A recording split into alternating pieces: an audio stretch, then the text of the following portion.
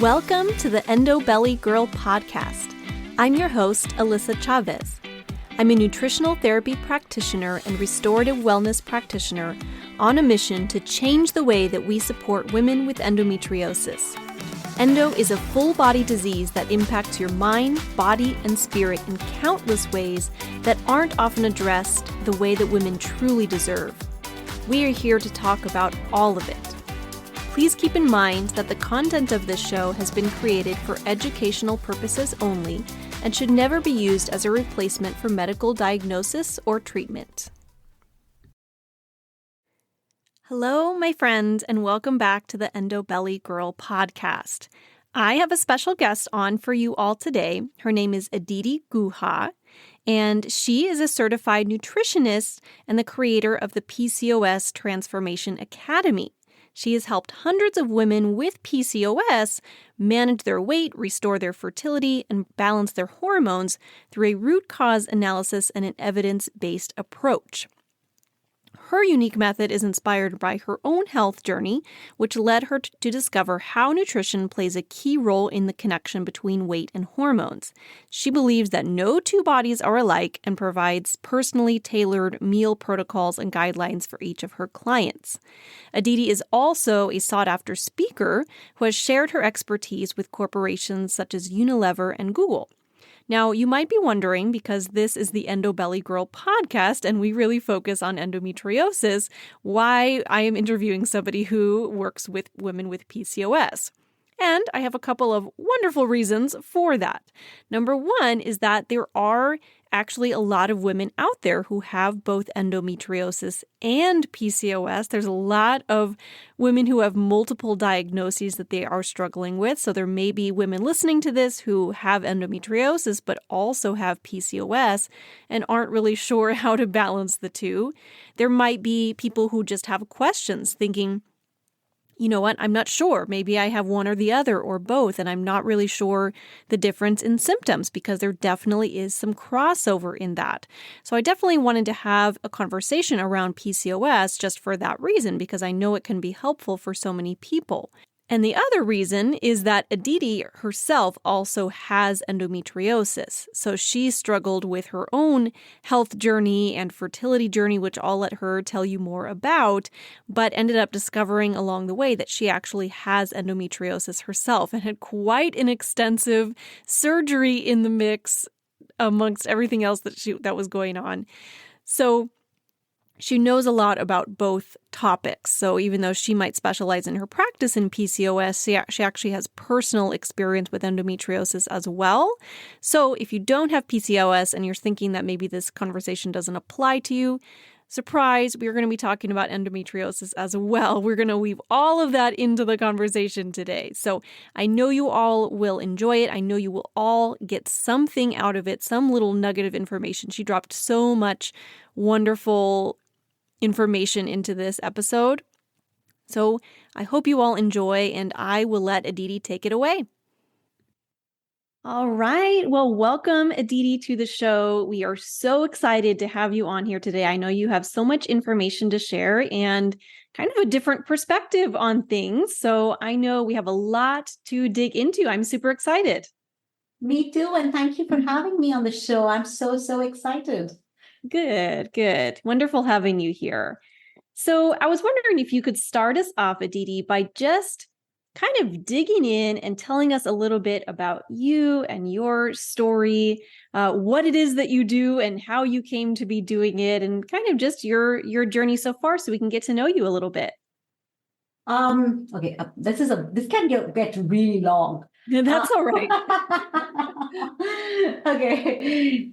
So that long time ago, I was born in August. It was at 3 p.m. It was a hot, humid day. No, we're not going that far. Okay. I think there are many backstories here, but for everybody who don't know me, I'm Aditi, and I'm actually a PCOS nutritionist. I'm a mom of a 16-month-old, and I'm currently pregnant with my second child. as we are doing this interview. Uh, so exciting things on a personal front. This is actually my fourth continent. United States, North America is my fourth continent. I have lived in the past in three different, where I have had a bank account and a PO box, as well as a degree. So, so that's a little bit about me.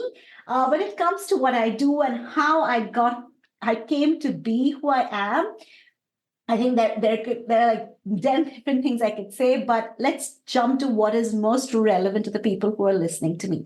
So when I dived into nutrition and decided to become a nutritionist, I actually started out as a corporate nutritionist. And I would run challenges like group programs for vitality that, many corporates have for their employee well-being. And I used to run that for some of them. And, I would do workshops with them, or I would do what's most popular was my challenges. It used to look into nutrition, emotion, activity, and rest. So it was very holistic in nature. And people were getting great results. Like they were doing really well, except for a group of women. Okay. And when I started looking into them, they all had the same thing. It was known as Polycystic Ovarian Syndrome, or PCOS. And my first reaction was, I'm not going to work with them.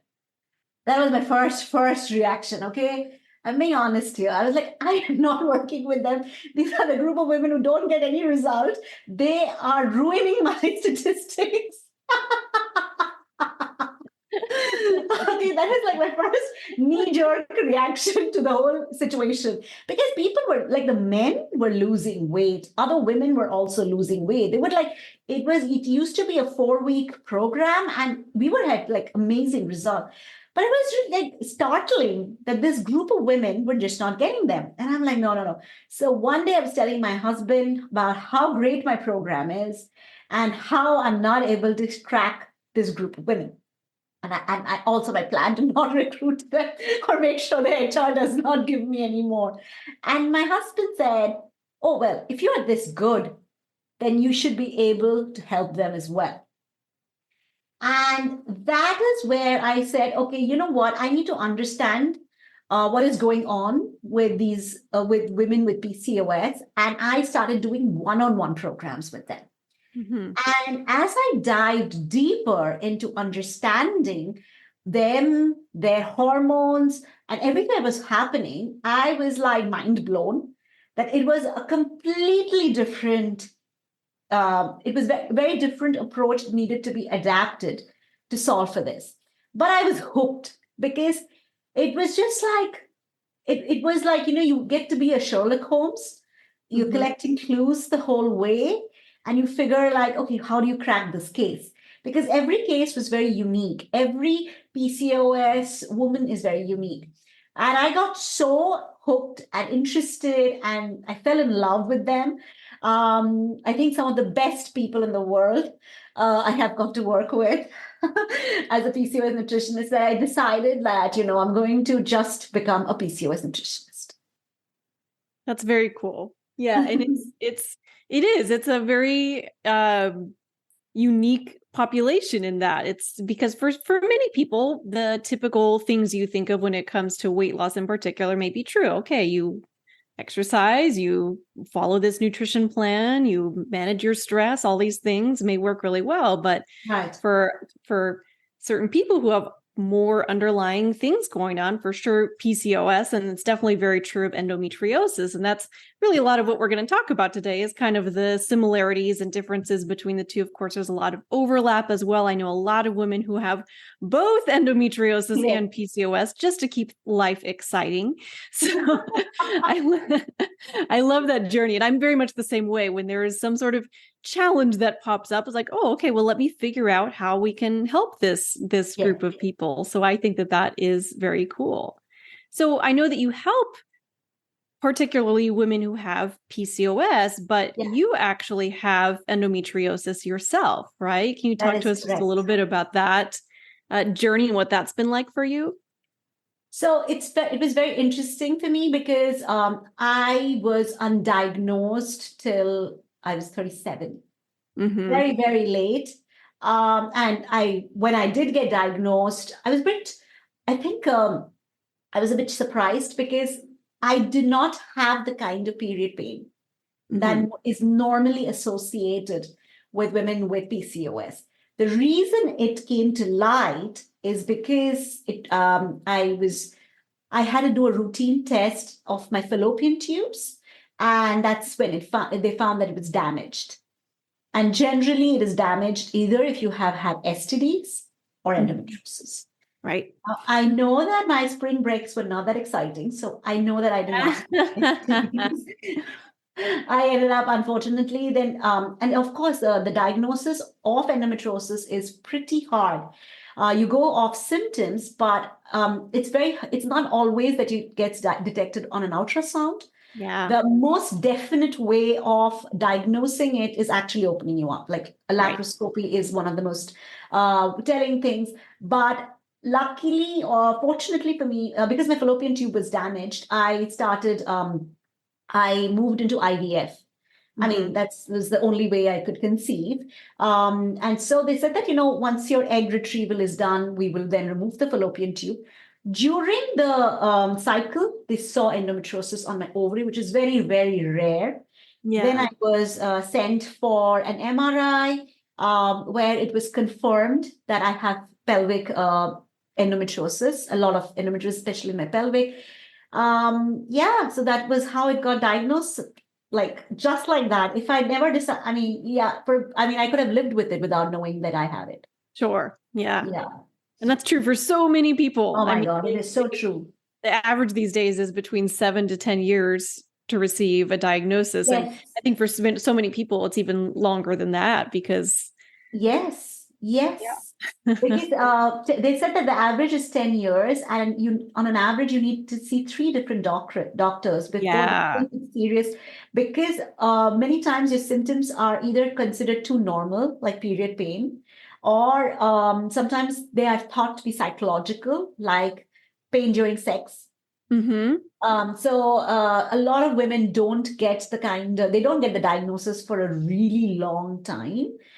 And I know for a fact for many people that I have worked with and interacted that it really deteriorates their quality of life. Yeah. It's living with the pain. Yep. Absolutely. Now, of course, I think probably most of the people listening to this podcast are relatively familiar with endometriosis. If you've come across this podcast, at least you probably have some idea of what that's all about.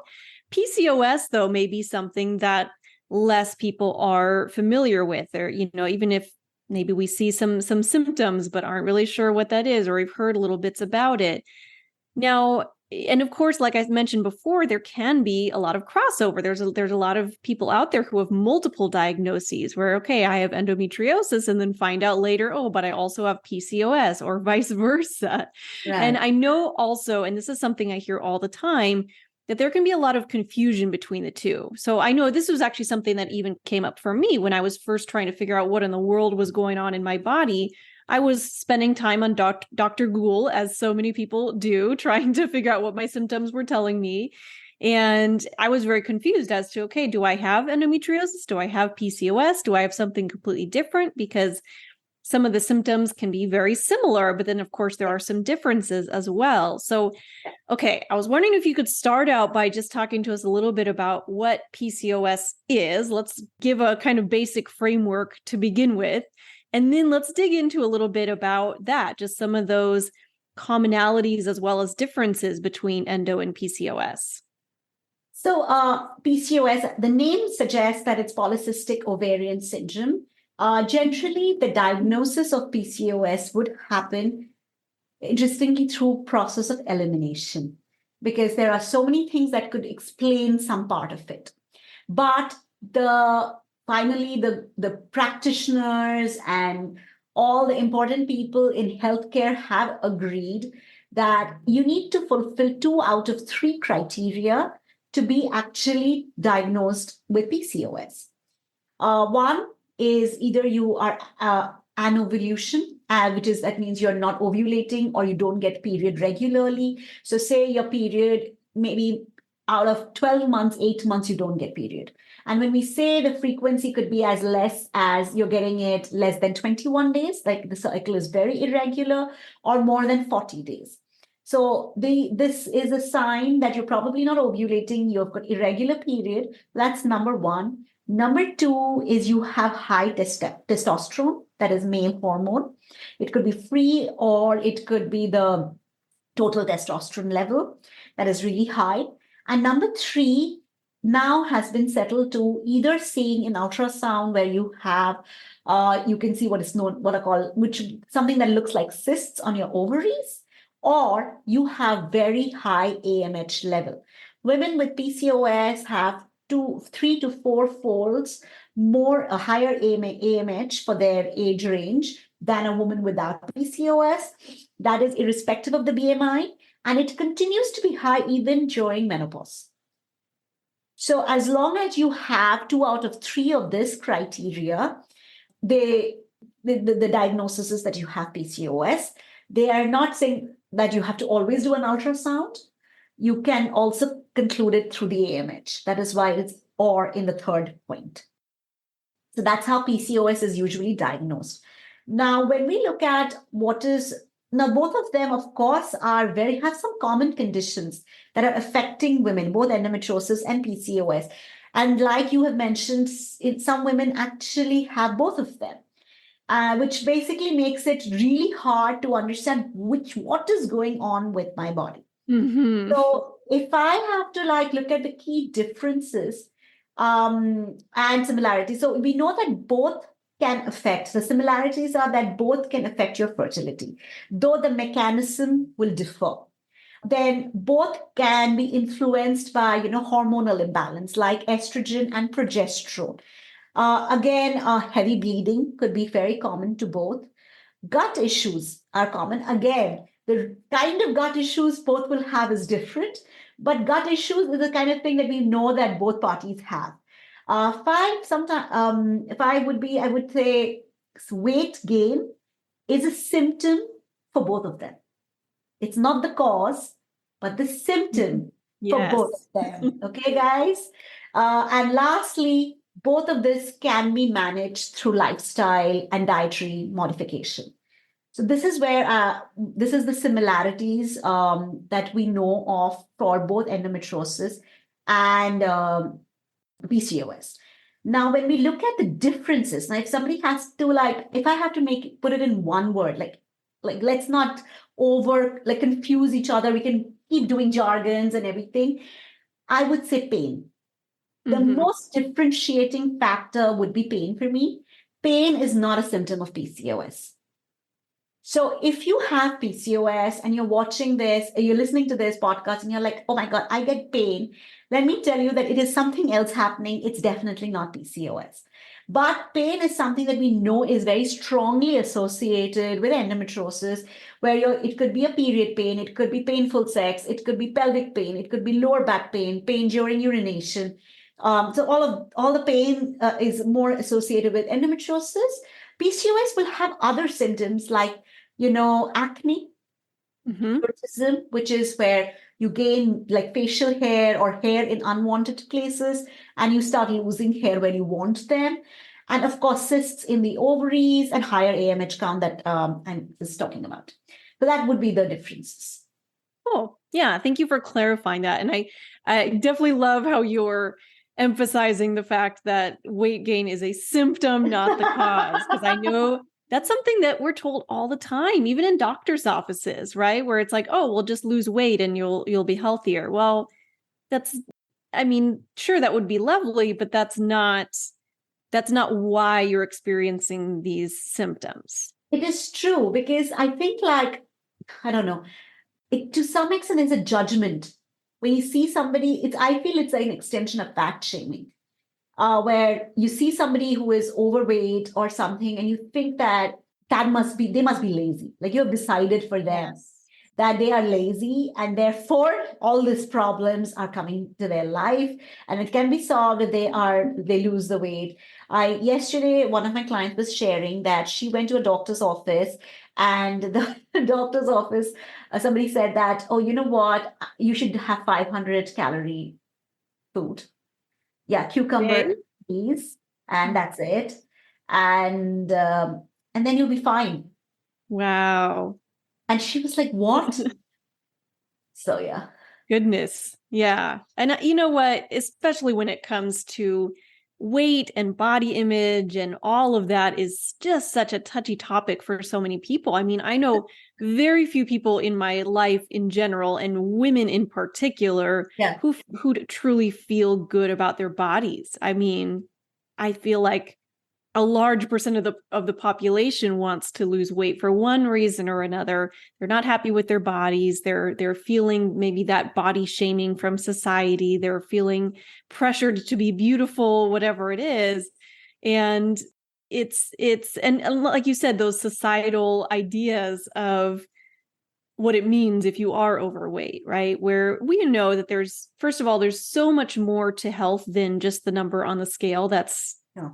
at the end of the day, not an indicator of overall health in general anyway, but also that there's so much more to think about, right? When you, especially if you have a condition like PCOS or endometriosis or all of the above or whatever is going on in your body, that okay, sure, you might want to lose weight. And there's nothing wrong with wanting to, right? If that's your goal and you have this idea in your mind, but just that there's a lot more underneath that, right? And that certainly losing weight isn't going to be the resolve all of your problems, right?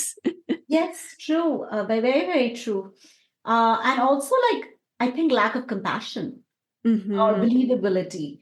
I think that a lot of people, if you ever always thought that what your patient is saying is right and 100% true, I think many people would think out of the box, right? Like if I tell you I am eating less and I'm working out more, but I'm not losing weight, and you choose to believe me for once, then maybe you will think something else. You'll give me a different advice. You will probably go out of box. But if you hear me and you're like, no, I don't trust you because the scale did not move. So you're probably eating, then there is a problem. Yes, 1,000%. Yeah. Yeah. I would love to dive into that though a little bit more, just because I know that you spend a lot of time working with your clients and your programs on that stuff. So because you do focus a lot on helping women with PCOS with weight loss because of what you were talking about earlier about how you noticed that this population was really struggling with that. Yeah. So I was wondering if you can touch base on that a little bit more and just talk a little bit about, first of all, why weight loss can be such a struggle for women with PCOS, because I think it can be helpful for people just to hear, oh, maybe there's actually a reason. It's not because I'm lazy or I'm not doing all the things that I've been told to do. And also what sort of strategies that you use to help to support people who might be struggling with that. Absolutely. Now, losing weight with PCOS can really feel like an uphill task. And often it is because one is focusing on the wrong things. It may sound very unpopular, but I'm going to tell you the 3 reasons that women with PCOS find it very hard to lose weight. Number one, focusing on weight loss. That is actually the biggest reason they don't lose weight. And that is because weight is a symptom of PCOS. So when people work with me one-on-one, I, on an average, track 63 different symptoms. And weight gain is one of them. Mm-hmm.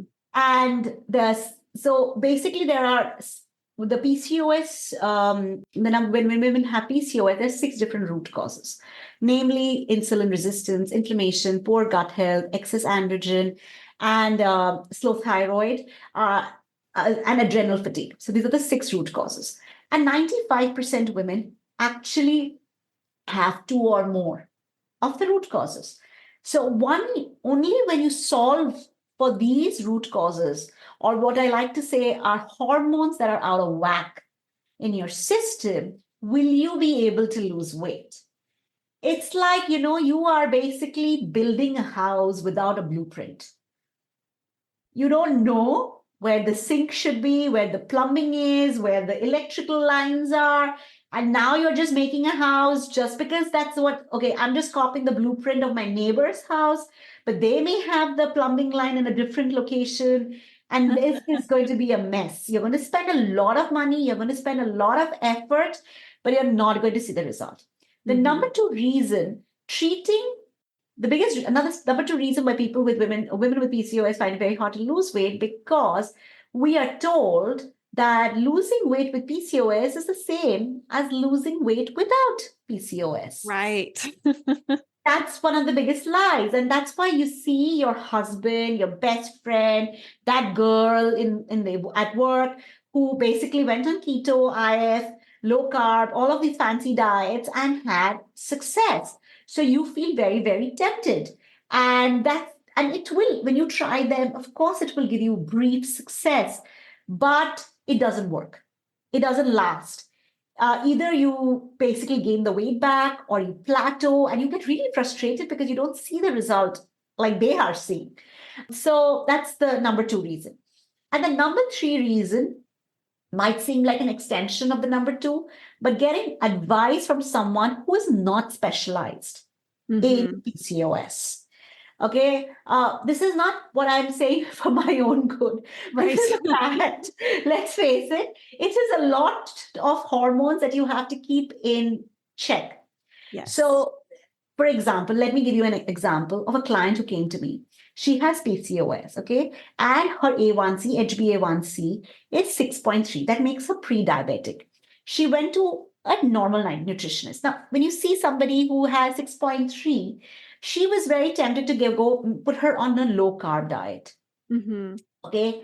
However, if she was trained in PCOS, she would know that women with PCOS actually has a bad gut health. They have what we call gut dysbiosis. They have way more bad gut bacteria than good. So the moment they went on a low carb diet, her gut went crazy. It worsened. She started getting acid reflux. Second thing is thyroid is a big thing with people with PCOS. And when you go on low carb, your T3 to T4 conversion slows down.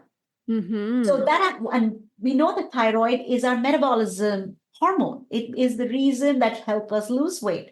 So when you have these two things started happening to her, she was just following the diet and she was not losing weight. She was getting acidity. She was constantly constipated. And she felt like the weight loss was just fluctuating. It would keep going down and come back. Now, that's because if you don't specialize in this, you are not going to keep your eyes open for all the other things that can go off balance in this kind of situation. And eventually, she actually gained more weight than she had when she went to work with this person.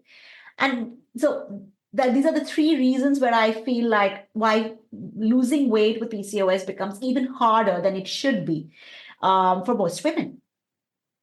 Now, the strategy I use inside my one-on-one program is the 5R approach. So the first thing we do is, the first R stands for root cause. We identify which hormone is out of whack, which hormone is the ringmaster, and commanding the other hormones to go crazy. The next thing we look at is the repair. Now, when you have hormonal imbalances, you also have deficiencies, which needs to be repaired, or your gut might, like I said, is poor. We need to repair that because we are not what we eat. We are what we digest. You can eat the best food. You can eat all the nutritious food, all the salads in the world. But if you're not digesting it, it is somewhere like rambling around, Yes. So what is the point? So there's no point unless we repair the damage done. The number 3 then comes as replenish, which is about nutrition that actually repairs, that actually addresses the root cause. And you eat in a way that supports your hormones than fighting it. Then number 4 is reset. And this is more mindset. Women with PCOS who end up working with me on an average have 10 years of dieting. They have been on some diet for 10 years at least. they don't have the best relationship with food. And believe it or not, the most challenging thing is not that in the diet or what I give them and when I work with them is basically making them eat. Is making them eat more than 1,200 calories, eat fat, eat protein, like eat food. They're like, really? Am I supposed to eat?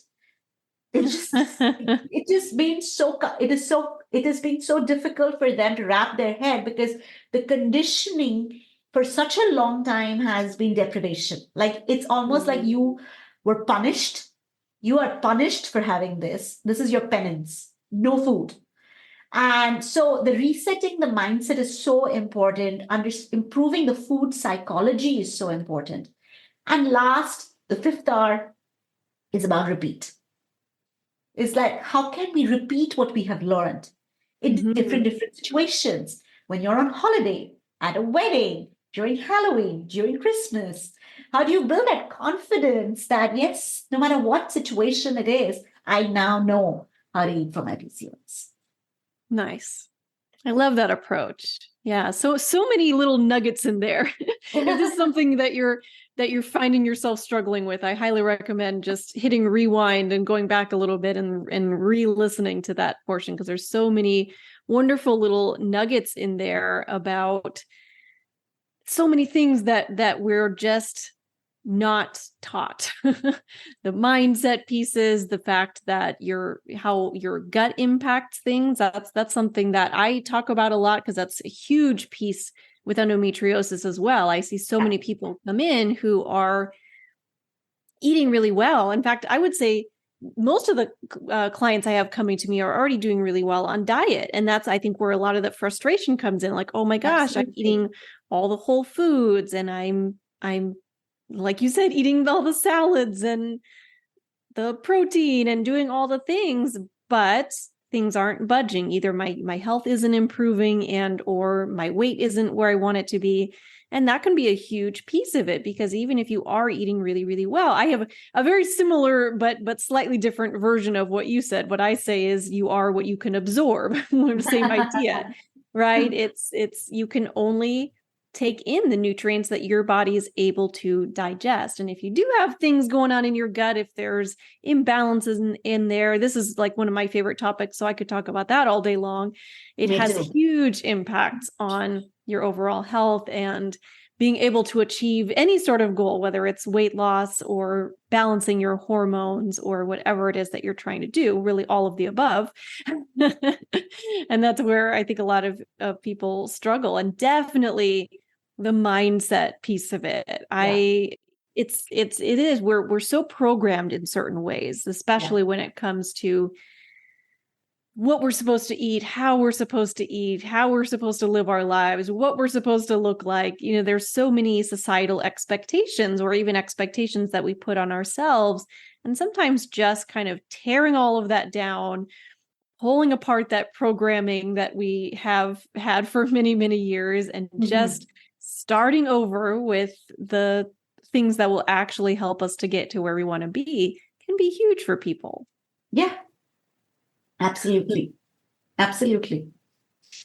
Yeah. I would love to talk a little bit more also about fertility, because I know that that's a journey that you've experienced yourself and have been through IVF and all of the fun that comes along with that. And so you're very familiar with that journey. You know how challenging it can be physically and mentally and all of the things, which I know so much of my audience is familiar with as well. But I was wondering if you can talk a little bit, because you mentioned this before, kind of the differences between and similarities between infertility with PCOS, infertility with endometriosis, why those diseases can impact your fertility, and just what the deal is with all of that. Oh, yeah. Another thing they didn't teach us in school, like, in school, I don't know what was like sex education, but it was almost like if you look at a guy, you'll get pregnant.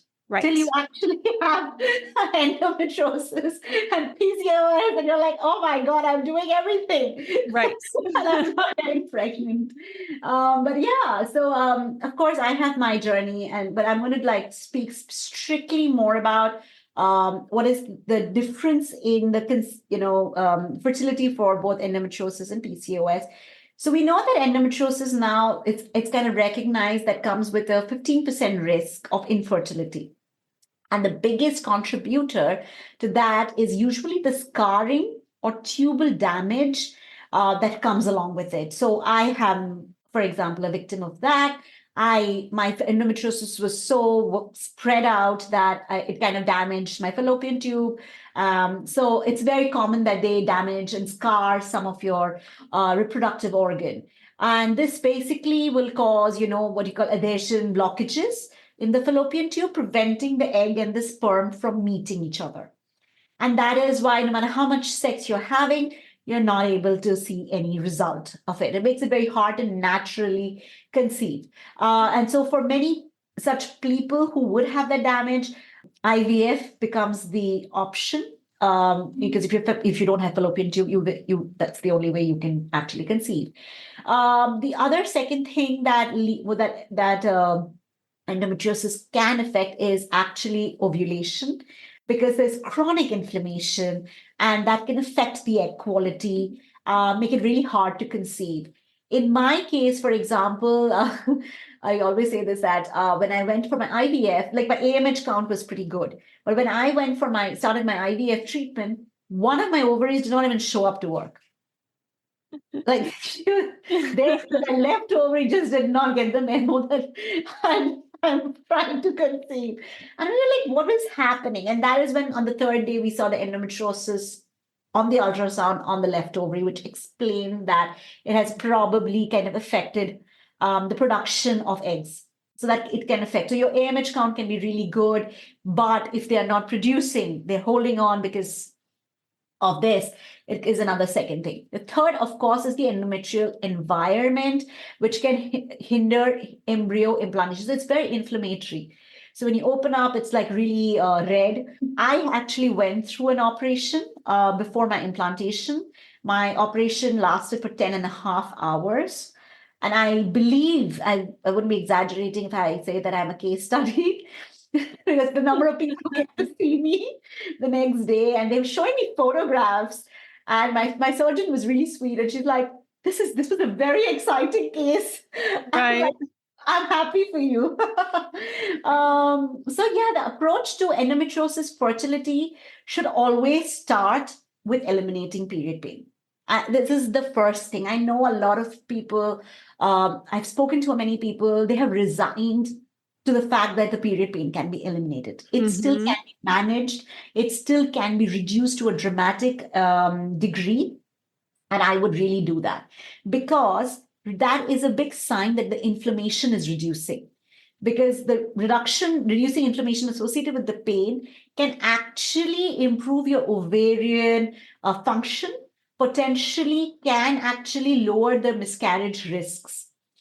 And that is what I would do. So, irrespective of what route you want to take with your endometriosis for conception, whether it is natural, IVF, IUI, does not matter. My first goal would be to first focus on reducing the pain. Again, focusing on diet is super important. This is something that people don't realize. And I know so much is going on, especially if you're in pain. I can totally get it why you're like, I can't think. Like, I have so much pain, I can't think. But I would really look into diet. A large part of it is that we have estrogen dominance. And estrogen dominance really the only way you release estrogen is through poop. You need to poop. Number two is the only way to release estrogen. But another thing that people don't realize is that insulin can also worsen your estrogen. There is a connection between estrogen and insulin resistance. And which is why, like, it's very important that instead of focusing only on like eliminating gluten and dairy and all the other food in the world, it's very important to see how you're eating other things. So I had this client who came to me. She was a fertility with endometriosis and PCOS. And she had stopped eating dairy, gluten forever, and many, many, many food items.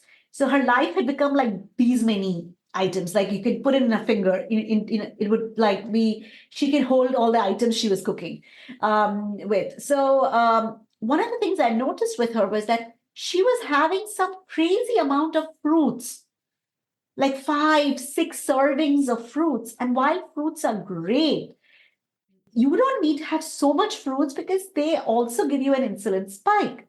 It may be healthy, and it is not necessary to have so much of it. So one of the things we started working on was also blood sugar balance for her. And towards the end, before she conceived successfully, actually, she was eating a little bit of gluten, she was eating a little bit of dairy, but in a controlled way. But it was there, like she had more food added in her diet than eliminated. And I think that's really, really important.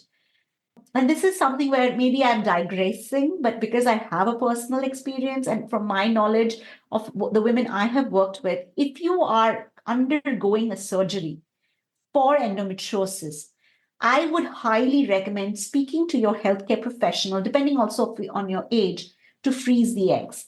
Because every time you have a surgery, there is a scarring. There is a potential for scarring that can actually affect the egg quantity that one has.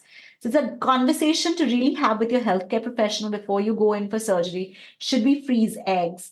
And again, once you have done the operation, is a great time for implantation or trying naturally to conceive, because the implantation success is pretty high after the surgery. If anybody is considering a surgery, this is the way I would recommend. So that's endometriosis.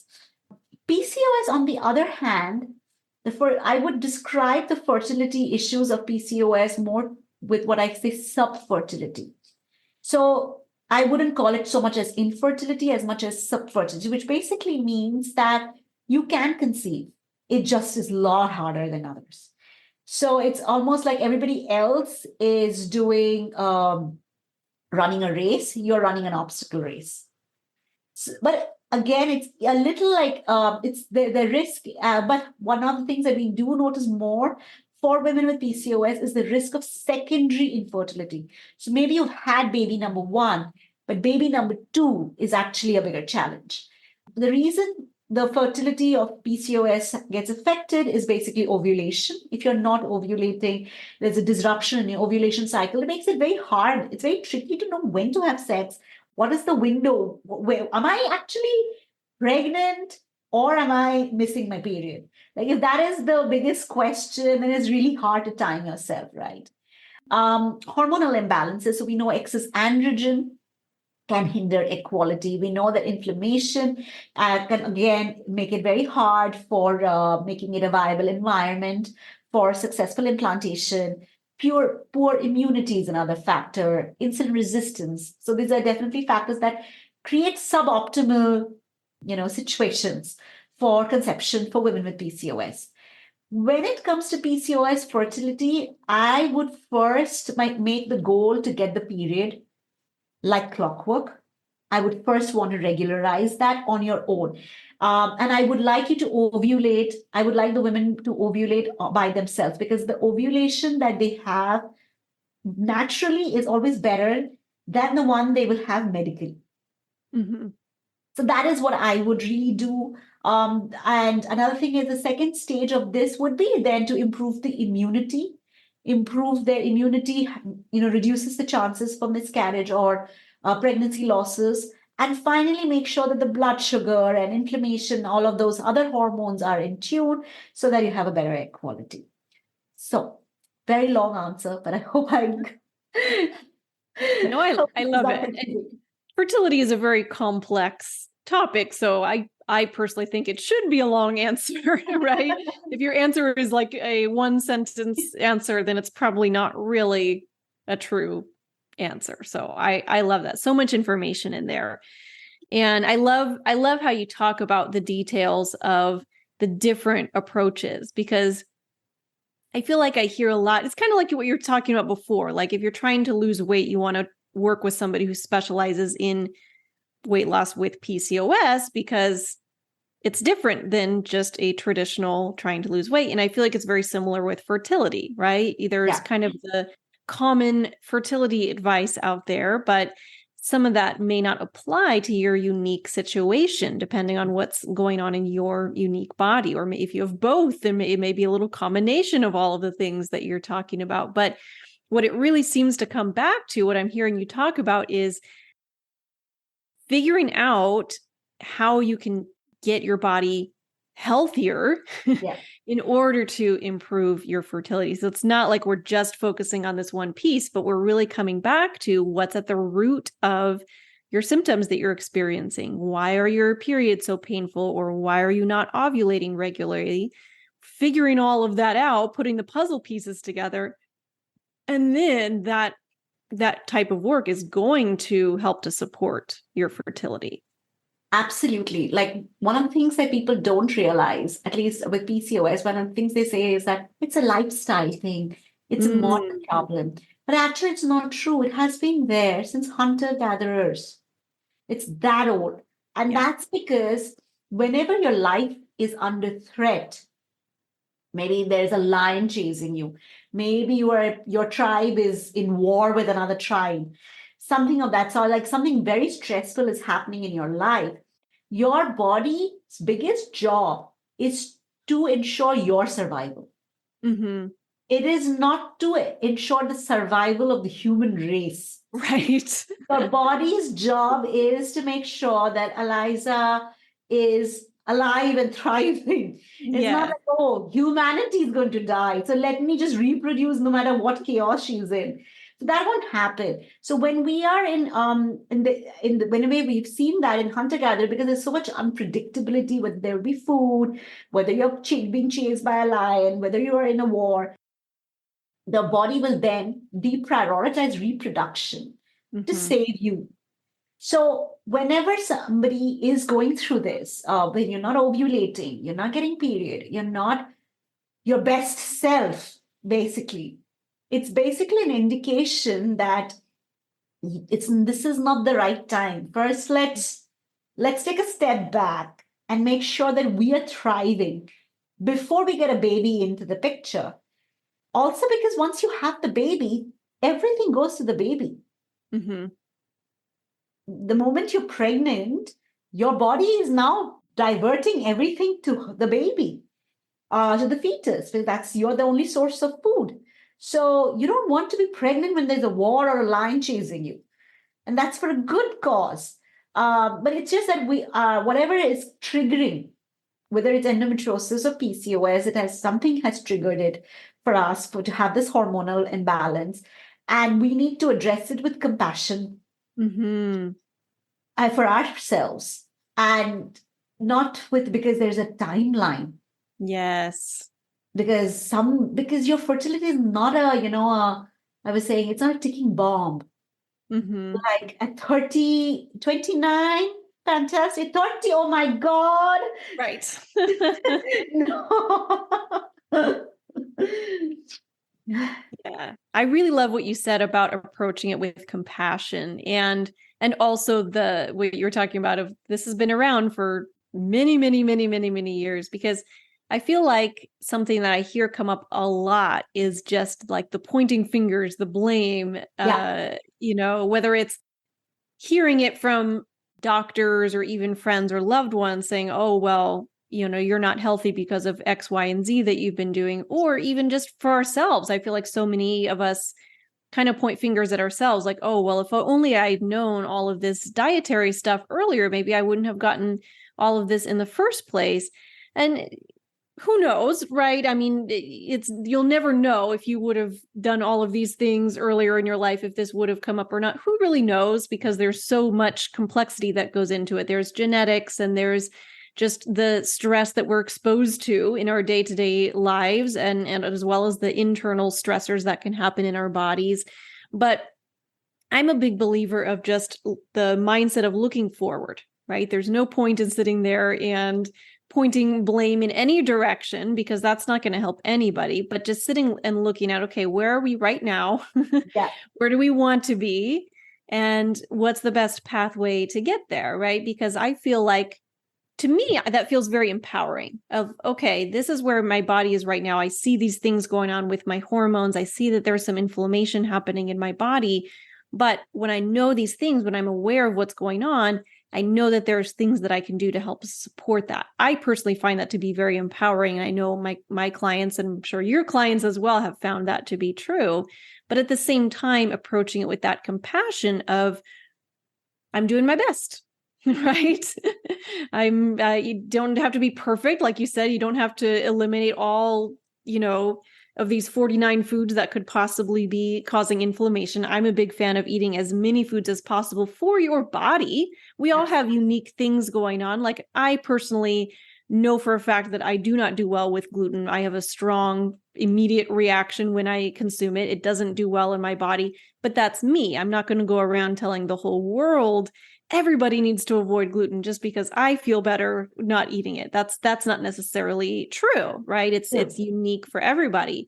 So, and that's where we run into that dangerous trap of listening to everything we hear on the internet and following all the advice out there and end up eating this super restrictive diet, and you feel terrible and you have all these digestive issues and you can't even go out to eat because you have the super restrictive diet happening. Yeah. I remember this girl, she said that one of my clients works with me eventually. She was like, I cannot go on first dates. It is just awkward because I have to tell the waiter or whatever from the menu that this, can you do this modification? And it makes me feel like an uptight person in front of my date, but I'm not really an uptight person. But what do I do? And of course, with PCOS, there is this thing that what happens with the problems are on your face, literally. Like if there's an acne or hair fall, it's really on your face. So a bit hard to ditch and you get desperate. But I totally, exactly what you were saying, our body is resilient. It actually heals. In fact, we all have got brand new skin since last 10 years because we are always going through mitosis where our body is regenerating. So 10 years ago, whatever skin you had, you have a brand new skin.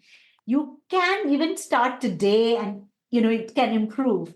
My health journey and everything I did with endometriosis actually started in 30s. Not even like before that. I had no awareness. I got involved because I got curious about my body. And I didn't even have diagnosis. Before the diagnosis itself, I had managed a lot of my symptoms just by modification and listening to the body. So I do believe that being present with your body, being present and patient, both patient is also very important. Okay, like it doesn't matter that there is XYZ's wedding next week and a detox is so tempting, but it's not the patient or the compassionate thing to do. Absolutely. Love it. Well, I think we've had so many wonderful little nuggets in there for people. I hope that that's been super helpful. Is there anything else that you feel like we've missed that you'd really like to share before we wrap up for today?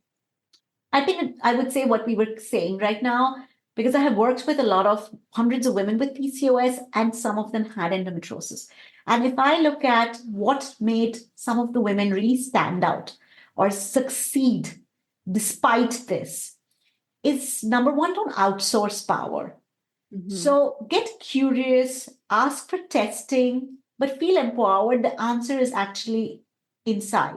It's not in a supplement. It's not in that herbal tea. It's not in a belt. It is really in you. So it's very important to feel like, don't ever think that the power lies outside of you. So I think that's number one for me. Number two is be very careful where you get your advice from. It is so tempting. I know you are in a Facebook group and somebody's sharing this amazing result, and it's so tempting that you should also do it. But I would just say, is that how you do your investments? Financial investments. Are we getting how are we taking mortgage? How are we making real estate? And are you buying a house from a Facebook group? Let's just give that same respect to our body that we give to our finances. And number three, don't let anybody tell you everything is okay till you feel it's okay. I know your doctor might be running 10,000 tests and he's like, oh, everything looks normal. It's not normal till you feel normal. Yeah. Love that. Love all of that. All right, Aditi. Well, thank you so very much for everything you've shared today. I know everybody will just love hearing all of this wonderful information. And I'm sure that people will want to reach out and connect with you and learn more about you. So can you share a little bit about where the best places are to find you and how we can learn more? Okay, so the first thing is that you can actually find me on my website, which is www.aditiguha.com. There on that portal, when you go to my website, you also can find a free resource, which basically actually tells you what your root cause potentially could be. So as I said to you, there are 6 different root causes and the quiz will let you know which one could be yours. So if you want to access the quiz, it's free, it's 100% free. You can go to www.aditiguha.com/quiz. We can connect on Instagram and I go by PCOS.nutritionist.weight-loss. And that's it, really. Perfect. And I'll be sure to link all of that in the show notes as well. So if you're driving or out on a walk or multitasking in some fashion, like I normally do when I listen to podcasts, don't stress. I will put all of that in the show notes so you can connect with Aditi whenever it is most convenient for you. So thank you so much, Aditi, for joining us today. It was so wonderful having you. I love everything we talked about today, and I hope everybody enjoys. Thank you so much for giving me this opportunity to talk to your audience, and this was lovely. Thank you so much. All right. Well, have a wonderful day, everybody. Thank you so much for joining me today. If you loved what you heard, be sure to leave a review, share with a friend, and subscribe so you can keep coming back for more. If you are ready to take the next step toward getting to the root of your endo symptoms like endo belly, pain, fatigue, and so much more, you need to take my Endo Reset free course. You can find the link in the show notes or at www.endobellygirl.com. Till next time, my friend.